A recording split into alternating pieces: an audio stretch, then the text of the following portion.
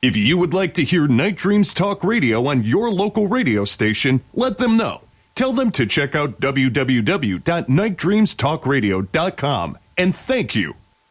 You're listening to Night Dreams Talk Radio After Dark with our host, Gary Anderson. And that is me. Well, just about half an hour away from our great guest. Now, Rob has been on our show probably about 4 or 5 times.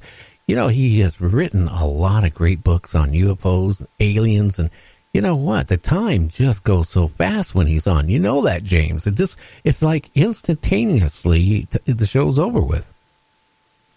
Yeah, and you know, me and him had a couple things in common. We both have seen gators in Florida while we were in the water, and the gator was in the water. Yeah, he learned a real smart thing. Don't go swimming in the canal. You know, just because you have a nice house and then you have a canal behind your house, he learned a lesson really fast. Don't go swimming. And evidently he went swimming a couple times and never saw anything. And then the last time he went swimming, he saw, well, a gator. That gator could have really had dinner with him. You know that. I do know that. Believe me, gators are no joke. As a rule, if there's water in Florida, especially fresh water, there's probably a gator in it, or if they got access in. And even your swimming pool, before you go out and just jump in, kind of look in there, because it's been known they like to get in there sometimes too. And again, I was up to my waist, you know, fishing away in the canal, and here comes probably about 10-foot gator swimming along, and he had a little bit of meat to him. He could have done some damage, let me tell you. Yeah, well, we might not be talking to you. And it's not just that. Could you imagine at 1 o'clock in the morning on a Friday night or Saturday night, you get romantic with your wife or girlfriend, and you have a nice house with a swimming pool in Florida, and then you just said, hey, let's go out and skinny dip. Well, you never know what you might, when you dive into that pool, would be waiting there for you.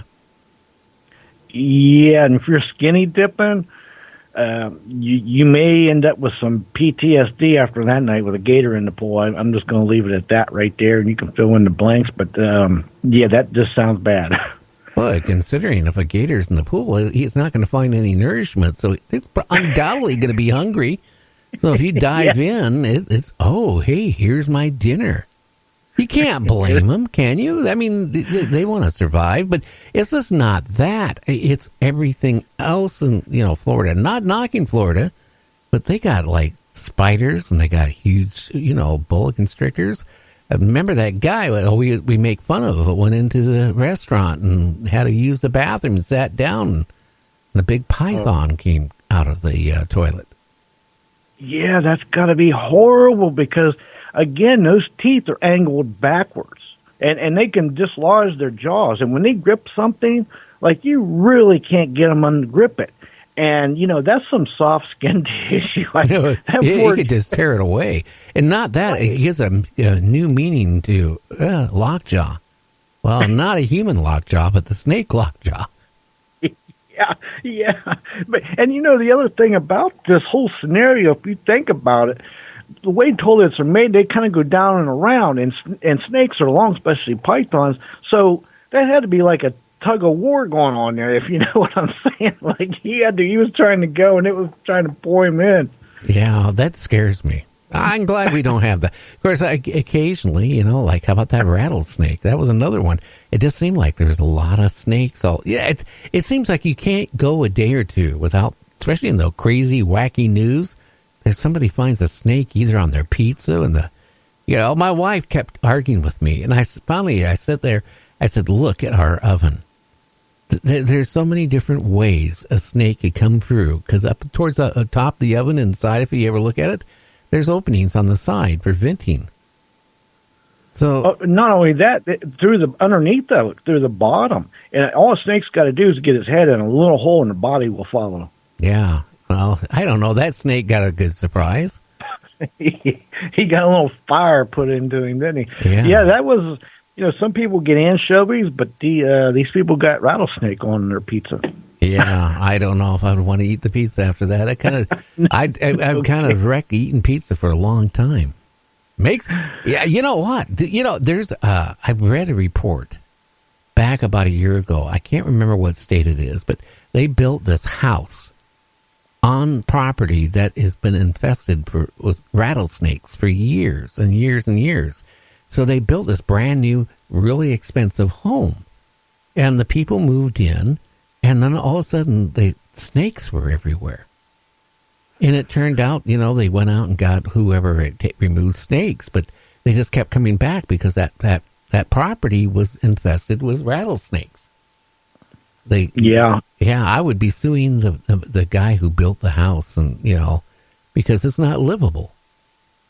No, and the thing about rattlesnakes, they all like to hibernate together and bunch up, and then in the spring when it gets warm, they all come out, and they like to start making babies and stuff, so they really get together by the hundreds. And if they've been going to the same place, like, say, underground crevice underneath their house or the property, they're not going to stop coming there, and you're going to have infestations. There's just no getting around it, unfortunately. Unfortunately, too, that these people, they were in the walls everywhere. So, it was a nightmare of a house. The only thing they could probably do with that house would burn it down.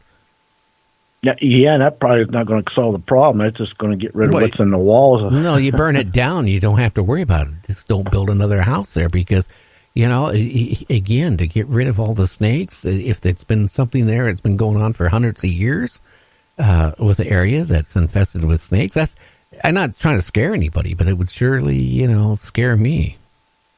Yeah, snakes aren't going to stop coming there. That's, it's like salmon going upstream to spawn. The rattlesnake's going to go there every year. You're not going to stop them.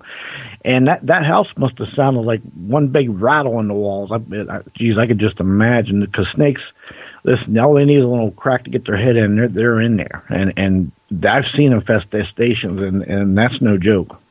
Oh, yeah. I remember this one actor I had on my show. He was a, what do you call it? A stand-in, in bit parts. And he gave up acting because on one of the shows he was doing he was out in the desert. And they said, okay, we want you to go onto this. It was a big, huge block of cement. And so he goes out there. And now he's, they're only going to film the guy. It's like a Civil War type of thing. They're only filming the guy from the knees up for his shot. But he noticed everybody else was wearing, he said, tall boots that went up to their knees.